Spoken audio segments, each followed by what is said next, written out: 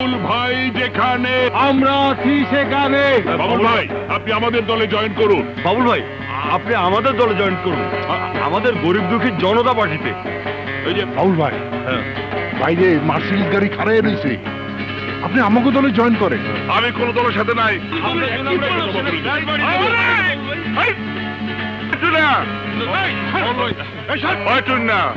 এই শালা কোকটা আমার পাগল করে ফেলা যাচ্ছে।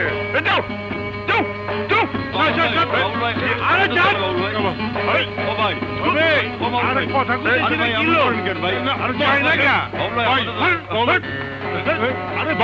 কি করে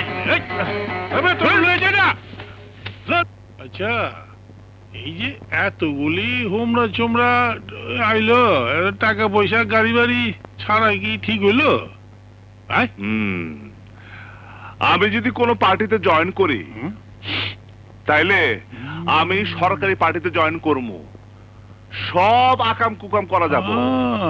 তাহলে আইনের লোকরা আমার কিছুই করতে পারবো না, বুঝলি?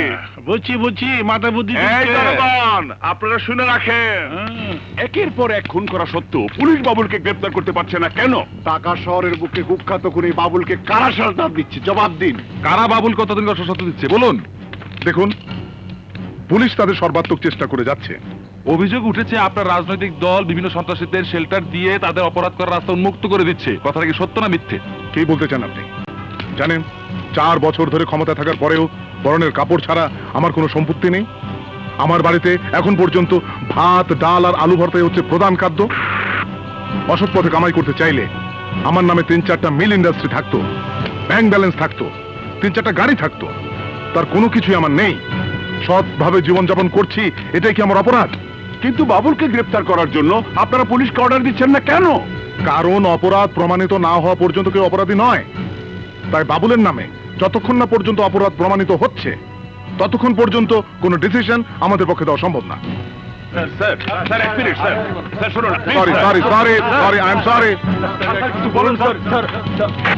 বাবুল বাবুল বাবুল পাগল হয়ে যাব, পাগল হয়ে যাব। আচ্ছা বাবা, তুমি পারো না তরফদারকে দিয়ে ওর মডেলটাই চেঞ্জ করে দিতে? আহা, তুই রাজনীতি বুঝিস না মিশা। বাবুল একটা পাওয়ার। ঢাকা শহরে বাবুল হাতে থাকলে সমস্ত ঢাকা শহর তার হাতের মুঠোয় থাকবে। কিন্তু তরফদার ঘোড়া ঘোড়া দিয়ে রেসে যেতে যায় না মিশা। আমার চাই টকবকে গরম ঘোড়া, খুন করতে যার হাত কাঁপে না। খোঁজ নে বাবুল কার শেল্টারে আছে, কার কাছে গেলে বাবুলকে কিনে নেওয়া যাবে। যদি বাবুল বিক্রি না হয়? বিক্রি দুনিয়া সবই হয়, সঠিক দাম লাগাতে পারলে সবই পাওয়া যায়। মাই সান, আই ওয়ান্ট বাবুল। বাবুলকে আমার চাই। আমি কোন দলাদলের মধ্যে নাই। তুই খালি দেখবি আমার এলাকায় যেন কোনো হারামজাদা চান্দা না তুলে। কোন চান্দা পাটে যদি ধরা খায় একেবারে কিন্তু টেঙ্গে ভেঙে ফেলামু। ভাই বাবুল্লাহ শোন, 4 লেখা ডাকাইছিলাম তরে, ওই আয়া পড়ছে। কেডা? আরে দেখলেই চিনবি, তোর লোকে দেখা করণের লেগা বেবাক কাম কাজ ফালাই থুয়েছে। ও ইসমাইল সাহেব আর ছাইপা থেকে না আছেন।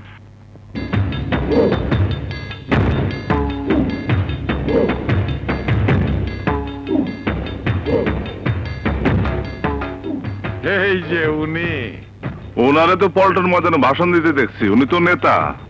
উনি হইলেন জনদরদি পার্টি প্রেসিডেন্ট ইসমাইল সর্দার। তো আমার কাছে কি? আমি চাই তুমি আমার হয়ে কাজ করো। কি কাম? রাজনীতি করতে গেলে অনেককে চড়থাপ্পড় দিতে হয়, আমরা তো আর সেটা পারি না।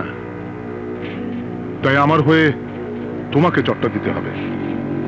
যে কাজ আমি করতে পারি না সেই কাজগুলো তোমাকে করে দিতে হবে। তাই তোমাকে কিনে নিতে এসেছি। আচ্ছা, ইচ্ছা করলে সব কিনতে পারেন আপনি, আর আমি যদি বিক্রি না হই? বোকামি করবে। কেমনে? আমাদের হাতে ক্ষমতা। আমরা চাইলে পুলিশ তোমাকে দেখেও দেখবে না, আমরা চাইলে তোমার কোনো বিচার হবে না। আর টাকা পয়সা যা পাবে তা তুমি সারা জীবন চাইলেও খরচ করে শেষ করতে পারবে না। এই যে আমার অ্যাডভান্স 1 কোটি টাকা।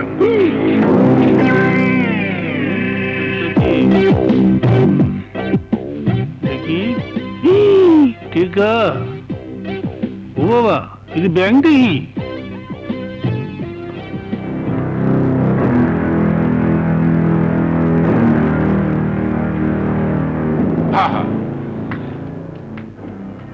বাপটা চুস্কি রাজি হয়ে যা, এই জানাসার পাবি না।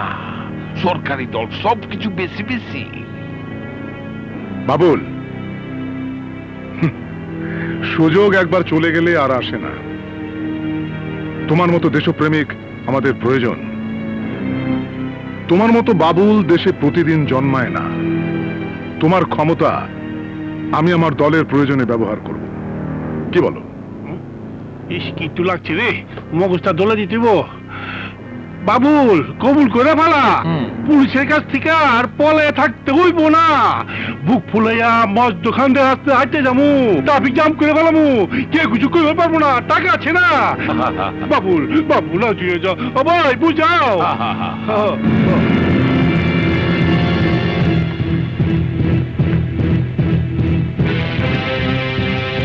আমি রাজি, কিন্তু আমার একটা শর্ত আছে। বলো। তরফদারদের 14 শিখের ভিতরে ঢুকাইতে হইব। ওকে, ডান।